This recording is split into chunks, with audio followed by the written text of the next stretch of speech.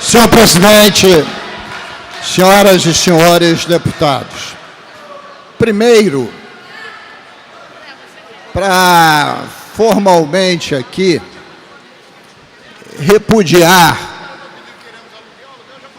as sequenciadas ameaças que alguns parlamentares vêm sofrendo.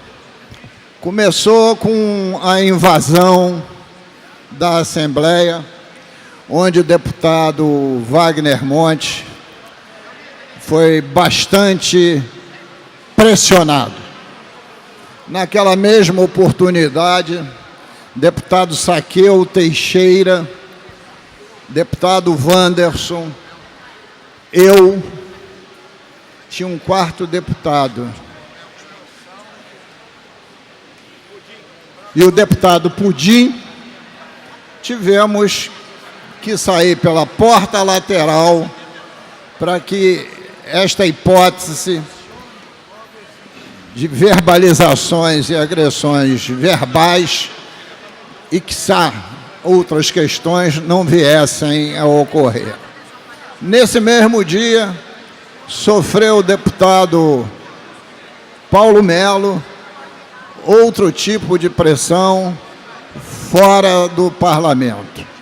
E hoje, esse fato acontece com mais virulência ainda em relação à deputada Cidinha Campos.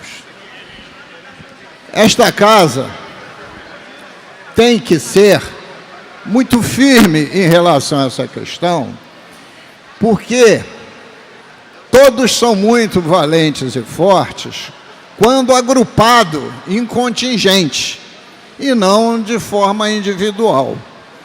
E nada vai ser decidido à força, nada vai ser decidido na marra, porque senão não viveremos mais um processo democrático. Cada um de nós, senhor presidente, tenha uma história a defender. A Constituição garante, e quem garante a Constituição, o voto de cada um. Por isso, em relação a todos os temas, eu tenho conversado principalmente com a nossa bancada, com a deputada Lucinha e com o deputado Osório. Este projeto do aluguel social, nós entramos com um decreto legislativo da bancada para assustar os efeitos do mesmo. E também o fez a bancada do PSOL, 24 horas antes. E outros parlamentares fizeram o mesmo. E isso virou consenso na casa. Tanto é que o decreto legislativo de hoje está assinado pelos 70 deputados, porque era inadmissível você acabar com o aluguel social, função que as pessoas usufruíam do mesmo, não porque queriam, mas pela necessidade, visto que o governo não honrou os seus compromissos com as pessoas que foram atingidas pela tragédia de 2011 e também pelas obras dos PAC em diversas comunidades, onde as pessoas foram retiradas com promessa de casa que jamais aconteceu. Então, queria primeiro pontuar a posição correta do conjunto do parlamento fluminense de, com um decreto legislativo, sustar o decreto do governador. E também, nesse campo, teve uma atuação decisiva a própria Defensoria, que se articulou, e as comunidades que se organizaram e protestaram decisivamente.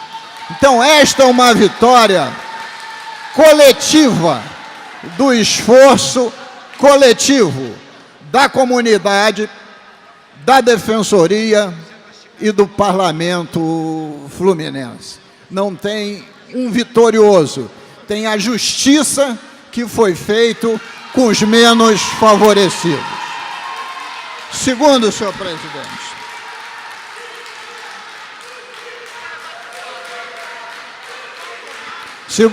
presidente, esta casa tem procurado, projeto por projeto, não somente discuti-lo, como emendá-los, para ver se algumas questões podem ser superadas. Eu tive o trabalho de contar a média de emendas, somando os projetos com as emendas, a média de emendas por projeto chega a 70. Então, evidentemente que isso é um esforço de todos os parlamentares em avançar nesse processo. Vossa Excelência me concede uma breve à parte. Só um minutinho. E as emendas, senhor presidente, não quer dizer que os projetos serão aprovados, porque poderão os problemas não serem superados e o voto do parlamento ser contrário no mérito e o projeto ir a arquivo, que é o destino que a maioria merece. Concedo a parte do deputado Carlos Mink. Senhor deputado Luiz Paulo, obrigado pela parte, serei breve. Em relação aos votos e aos projetos, eu tenho acompanhado vossos votos na CCJ, tenho emendado todos os projetos e tenho falado com os deputados, inclusive com Vossa Excelência, que preside uma comissão importante, também com o deputado Pedro Fernandes, que a gente tem que não só derrubar o pacote, mas apontar alternativas, senão vão dizer que o parlamento derruba a maldade, mas não garante o dinheiro no fim do mês. E quanto ao aluguel social, eu quero também compartilhar todas as palavras de Vossa Excelência, mais uma vez saudar os nossos amigos, dizer que íamos fazer até uma audiência pública, que só foi suspensa porque a Casa suspendeu todas as audiências públicas, um momento bonito que o parlamento mostrou sensibilidade social. Era esse a parte de apoio ao que Vossa Excelência disse agora. A presidência pede para concluir. Vou concluir, senhor presidente. Mais 10 oradores inscritos. O momento que a gente vive é, de fato, de grande dificuldade.